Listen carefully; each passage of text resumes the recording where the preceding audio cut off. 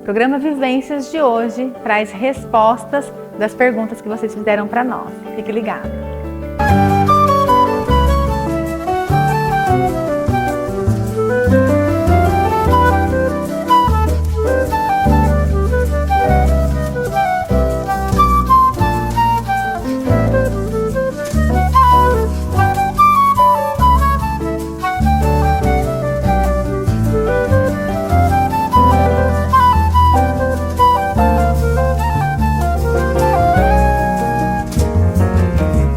Oi pessoal, como que vocês estão? Bem-vindos a mais uma edição do programa Vivências aqui na sua TV Canal 4 Marília. Com muito prazer que eu adentro a sua casa, o seu espaço, o seu momento, o seu tempo para a gente conversar um pouquinho sobre nossas vivências. E hoje a gente eu trago para vocês o formato do programa Vivências, que é a resposta das perguntas que vocês fizeram pelas redes sociais. Então, sempre fique ligadinho ali nas minhas redes sociais, @psicóloga Ana Gláucia Lima, que de tempos em tempos eu abro umas caixinhas de perguntas, que são perguntas pertinentes que vocês fazem, e eu trago aqui algumas reflexões. Ana, você traz a resposta certeira? Às vezes, sim, baseado cientificamente, eu posso trazer alguns norteamentos para vocês e algumas vivências minhas em relação aos questionamentos de vocês, às perguntas de vocês e às vivências de vocês. A ideia é essa, né? A ideia é a gente trocar nesse momento terapêutico que a gente tem aqui junto, tá? Bom, foi semana passada? Foi semana passada que eu abri a caixinha de perguntas e vieram algumas perguntas que eu quero dividir com você, tá? A primeira pergunta que fizeram para mim é: qual seria uma prática para regular minhas emoções?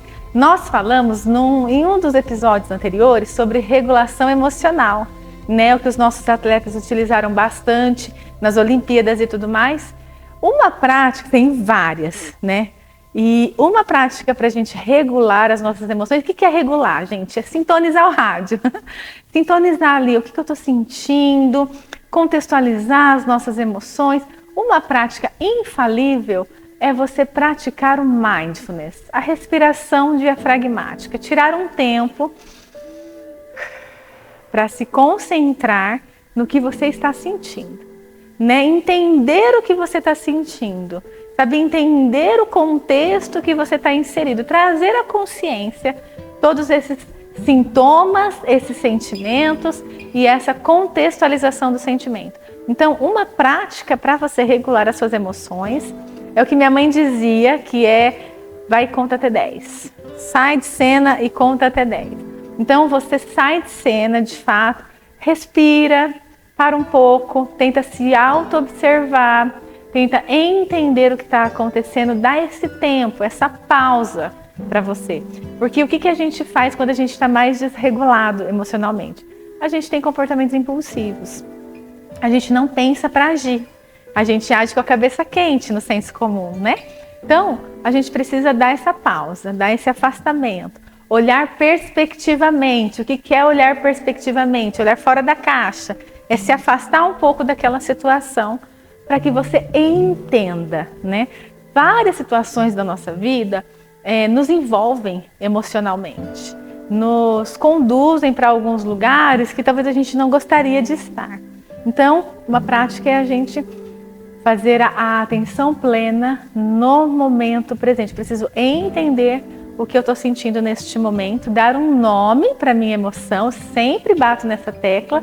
O que você está sentindo, por mais inóspita que seja a sua emoção, por mais difícil que seja, por mais ruim que seja, sentir o que você está sentindo, mas contextualizar. Então isso vai te ajudar muito a regular as suas emoções, tá bom? Outra pergunta que fizeram é: como conviver com uma mãe narcisista? Você pode olhar aqui nos nossos episódios do programa Vivências, a gente falou sobre o transtorno de personalidade narcisista. A gente não falou de mãe narcisista especificamente, a gente falou de transtorno de personalidade narcisista e o quão difícil e o quão sofrido é esse transtorno para a própria pessoa que é diagnosticada com esse transtorno, quanto as pessoas que convivem, né, com uma pessoa com esse diagnóstico. Então, dá uma passadinha aí para você dar uma olhada no episódio que você vai entender um pouquinho mais do transtorno de personalidade narcisista. Em primeiro lugar, assim, muito importante, preste bastante atenção no que eu vou dizer. Nós precisamos entender se essa mãe é uma mãe narcisista, né? Porque existem algumas nomenclaturas, né, da psicologia que hoje são usadas aleatoriamente. Infelizmente, né, essa patologização que a gente vê. Então, a minha mãe é uma mãe narcisista, fulano de tal é narcisista, fulano de tal é bipolar, fulano de tal tem depressão, tem dupla personalidade, que o pessoal fala no senso comum. Então, a gente precisa tomar cuidado se a gente está olhando para alguns comportamentos dessa pessoa, a gente já fala, é uma mãe narcisista, ou se ela tem um diagnóstico de transtorno de personalidade narcisista. Não existe transtorno de personalidade mãe narcisista. Existe transtorno de personalidade narcisista.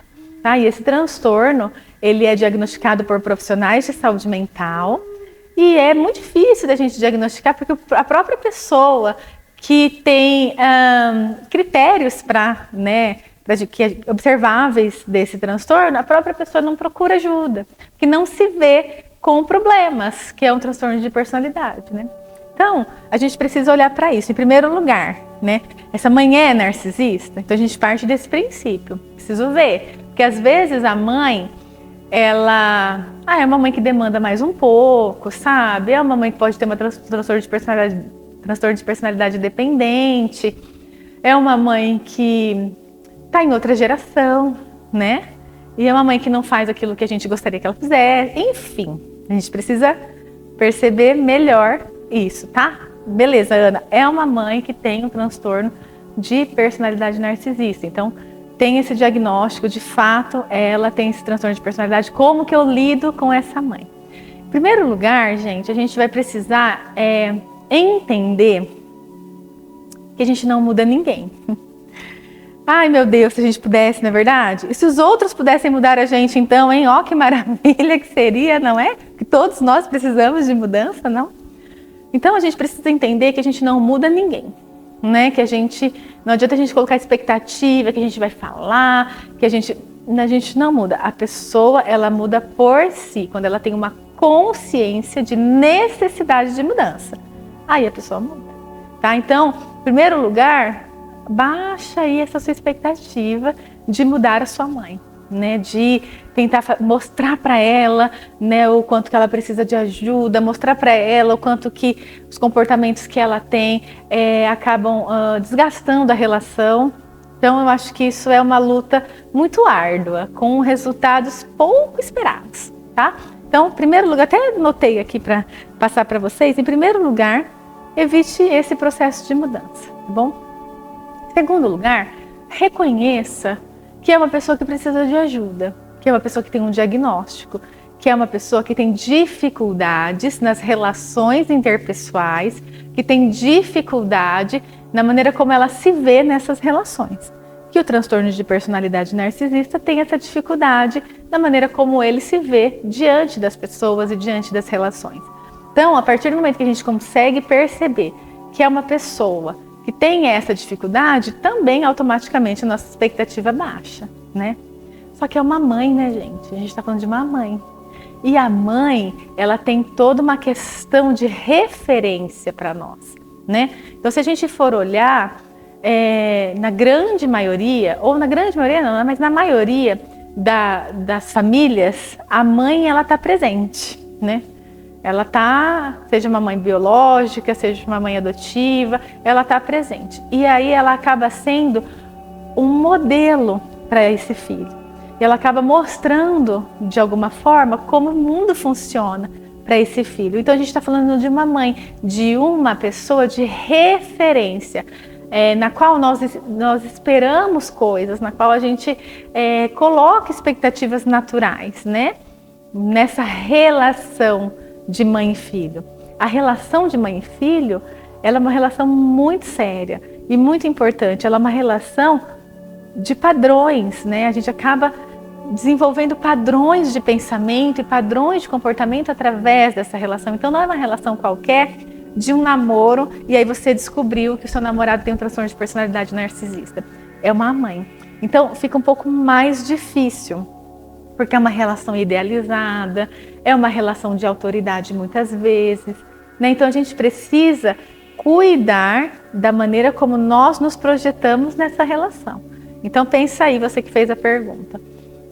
Você tem que diminuir essa expectativa de mudança, né? Eu preciso que ela mude, preciso que ela entenda que ela precisa de cuidados e tudo mais, diminui essa expectativa e cuide das suas projeções em relação à sua mãe, né? Em relação a essa figura de referência que você tem, em relação a essa figura de modelo que você tem, ou contramodelo, né? Que você tem. E para isso, o que a gente precisa fazer? A gente precisa trabalhar os lutos, porque luto, gente, não é só luto concreto.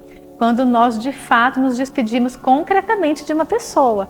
Luto é quando a gente se despede até subjetivamente daquilo que a gente projetou numa relação.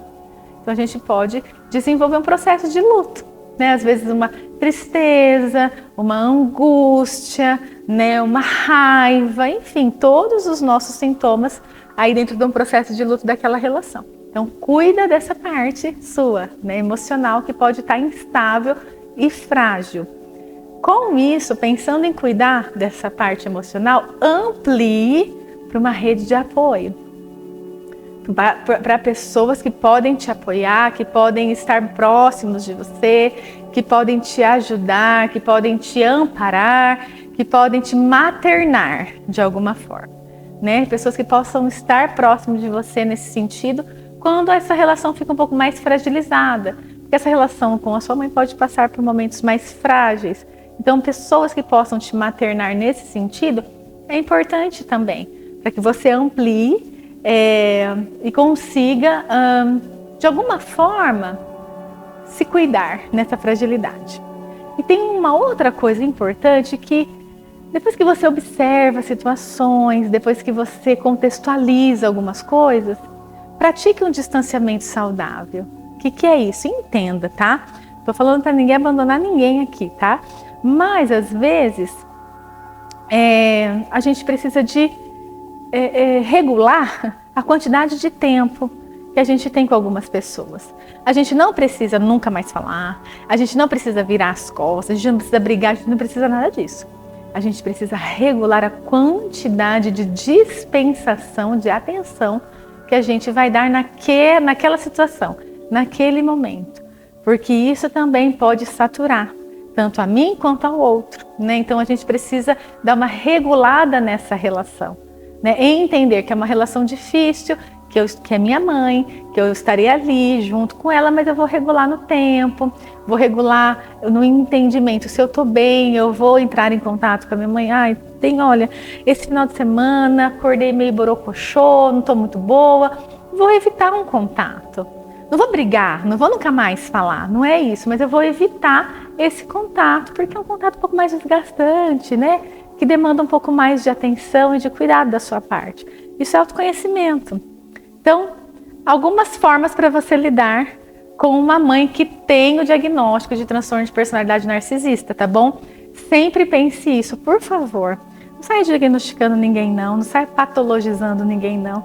Deixe isso com a gente. A gente tem essa responsabilidade, tá? Porque às vezes a gente acaba rotulando e rotulação é uma distorção cognitiva, tá bom? Próxima pergunta. Como identificar um relacionamento abusivo? Uau! Gente, a gente está em agosto lilás, né? Que é o mês de conscientização à violência contra a mulher. Vou preparar algo para vocês aqui, fiquem ligadinhos, tá? Como que a gente identifica um relacionamento abusivo? Primeiro passo, autoconhecimento. Porque o abuso, ele é um ultrapassar de limites. Se eu não consigo colocar os limites, eu não sei quando que isso está sendo ultrapassado ou não, concorda? Se eu não sei colocar limites, eu não consigo mensurar essa ultrapassagem de limites. Então, em primeiro lugar, a gente precisa se conhecer os nossos valores pessoais, aquilo que a gente não abre mão, aquilo que é imprescindível para a gente e delimitar, né? E para começar a entender se a pessoa está passando do limite, porque passar do limite é assim, dos critérios, das características de abuso, tá? Em primeiro lugar, você faz isso também, fiz um monte de ressalva aqui para vocês. Quando uma pessoa, num relacionamento abusivo, ela começa a controlar demais, né? Controla mídias sociais, controla a rede de amigos, controla o seu tempo, controla a sua vida. Começa a controlar muito sua vida, roubando aí um pouco da sua autonomia. Sinal de alerta. Ana, tá sendo um relacionamento abusivo? Sinal de alerta, tá bom? Eu não conheço sua relação, então não posso dizer se você está num relacionamento abusivo, mas eu posso falar alguns sinais de alerta para você. Então, a pessoa está muito nessa vibe de controle da sua vida, sinalzinho de alerta. As pessoas imaturas, pessoas que estão num relacionamento, acabaram de, né, entrar em relacionamentos, primeiro relacionamento da vida, às vezes fica nessa coisa de controle também, a gente tem que ver a maturidade da pessoa. Mas é uma pessoa mais madura, que entende, pode ser que seja aí um sinalzinho de abuso, tá? Então, controle é um sinalzinho. Ameaça. E a ameaça aqui, a gente não está falando das piores ameaças que você vê por aí, tá? A gente está falando de qualquer tipo de ameaça. Então eu não vou mais te dar isso. Então eu também não vou mais aí te ver. Então, sabe? Trabalhar com o recurso de ameaças com você, pode ser que é uma pessoa que esteja tentando te controlar com esse recurso. Então a ameaça, ela pode ser também um sinal de que você está entrando num relacionamento abusivo, tá? Porque relacionamento, gente, é difícil, não é? Lógico que é, porque a gente é difícil, você é difícil, eu sou difícil. A gente é. Relacionar-se não é fácil, porque relacionar-se é doar-se. E nós não estamos dispostos a doar sempre. Nós adoramos ser o dono da razão. Aqui é vivências. Aqui a gente fala a verdade, não é? Então, a gente tem dificuldade nessa doação sempre, ou então em ceder. É difícil. Se relacionar é um constante aprendizado, tá? Não é fácil, é maravilhoso, é uma das melhores formas de autoconhecimento, né, de desenvolvimento de habilidades. Não é fácil, mas tem todos os seus bônus aí, tá bom? Mas relacionamento abusivo, ele começa a passar desses limites, sabe? Ele começa a querer só que você ceda, né? Só que você faça as coisas, né? Só que você seja aí ele seja protagonista e você seja somente coadjuvante. Então, assim, a gente precisa começar a olhar porque é frágil, né? Pra gente identificar. A gente vai coletando sinais, tá bom? Que mais? O que a gente pode ver sobre o outro, por exemplo, se eu estou num relacionamento abusivo, uma insegurança muito grande da outra pessoa. E aí essa insegurança faz com que essa pessoa ameace, né, utilize de recursos dessa forma, né, que a pessoa acaba sendo um pouco mais agressiva, que a pessoa acaba fazendo esse controle comigo. Então, se uma pessoa ela é muito insegura na relação, a gente precisa cuidar, né? A gente precisa conversar dentro dessa relação para que não escape em comportamentos destrutivos, tá bom? Ciúmes! Falamos de um tema maravilhoso. Você tem ciúmes nas suas relações?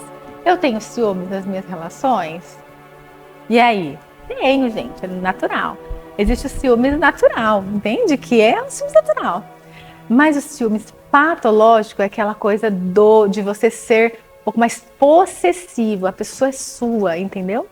A pessoa não tem autonomia, né? Então acaba passando um pouco do limite, né? Passando um pouco da liberdade de sermos quem somos, né? Da pessoa querer tolir essa liberdade.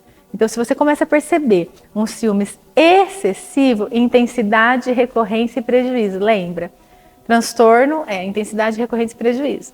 Então, quando a gente tem um comportamento intenso, recorrente e que tem prejuízo, tem alguma coisa ali. Tem alguma coisa que a gente precisa olhar.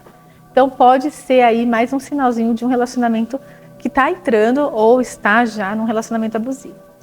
Agressividade verbal, agressividade física, agressividade em todas as suas facetas, né?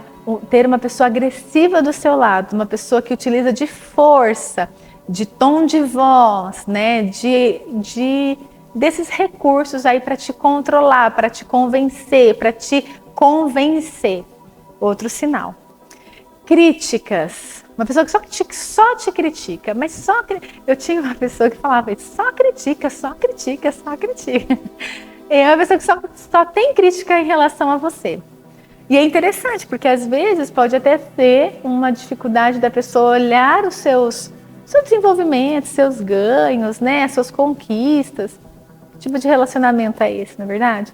Então, muita crítica, agressividade, a gente precisa ficar esperto. Sabe aquela pessoa também que ela distorce a situação e você acaba pedindo perdão, você não sabe nem por que você está mais pedindo perdão?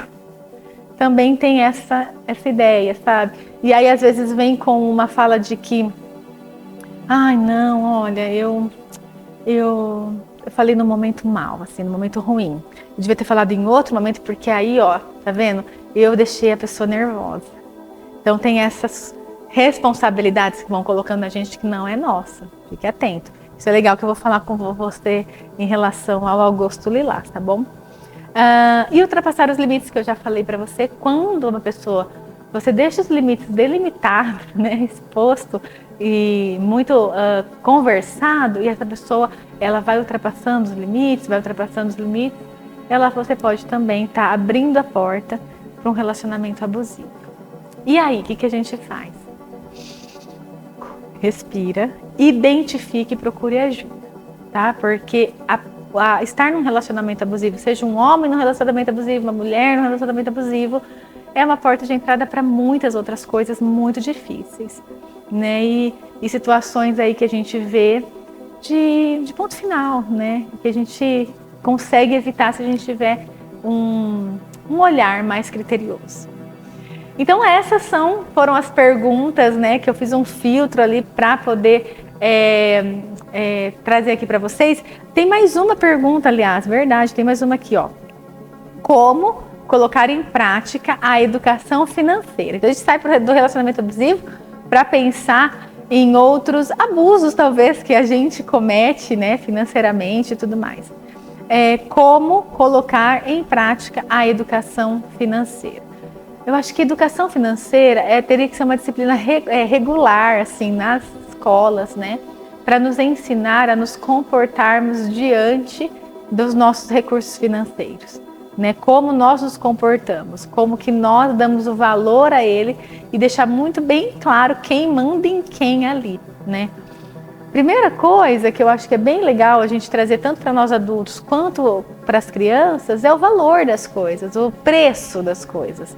Não o valor de valor pessoal, o preço, quanto custam as coisas e olhar para o meu orçamento, ver se aquilo realmente condiz. E uma coisa psicológica que a gente precisa tomar muito cuidado em relação à educação financeira é a gente entender que a gente precisa daquilo que está sendo oferecido. Eu preciso daquilo que está sendo oferecido para mim como uma oferta relâmpago, como uma coisa imperdível. De fato é uma coisa imperdível? Eu preciso mesmo disso, né? Eu tenho que adquirir naquelas horinhas que me faltam, né? Então, para começar a praticar educação financeira, eu acho que a gente saber o preço das coisas, olhar para o nosso orçamento, colocar as coisas no papel e, principalmente, perceber se a gente precisa das ofertas que estão nos fazendo naquele momento. Isso é para a gente começar, né? E aí você pode desenvolver um estudo em relação a isso. Tem uma parceira minha, Mônica Diniz, vou deixar depois o arroba dela aqui, para vocês entrarem em contato com ela. Ela é educadora financeira, já fez várias palestras comigo e ela pode te dar outras dicas mais técnicas em relação à educação financeira. Gente, eu amo esse quadro de perguntas e respostas porque eu fico bem pertinho de vocês e entendo um pouco da aflição, né, do que está afligindo a vida de vocês, para que a gente construa aqui conhecimento, a gente divida conhecimentos aqui. Então eu quero agradecer a sua participação. Agora a gente vai ter alguns episódios de entrevistas, depois a gente volta para perguntas e respostas. Fiquem atentos nas minhas mídias sociais, que eu sempre deixo uma caixinha de perguntas ali. Eu espero que tenha feito sentido para você. E olhe para essas questões de autoconhecimento, né? De você olhar para os seus sentimentos, contextualizar, olhar para os seus limites, para os seus valores, porque nós precisamos nos responsabilizar pela nossa saúde mental e por tudo que a gente acaba sendo colocado nesses contextos, sabe? Por todos os lugares que a gente vai, subjetivamente. Muitos deles são responsabilidades nossas e a gente precisa olhar para isso. Quero agradecer a sua presença aqui e agradecer também nossa apoiadora, a empresa Via d'Água. Se você precisa de água na sua casa, ligue 998906724. O pessoal vai te atender com muito prazer e muito amor. A gente se vê, fique bem e vamos caminhar juntos, construindo conhecimento juntos. Um beijo para você.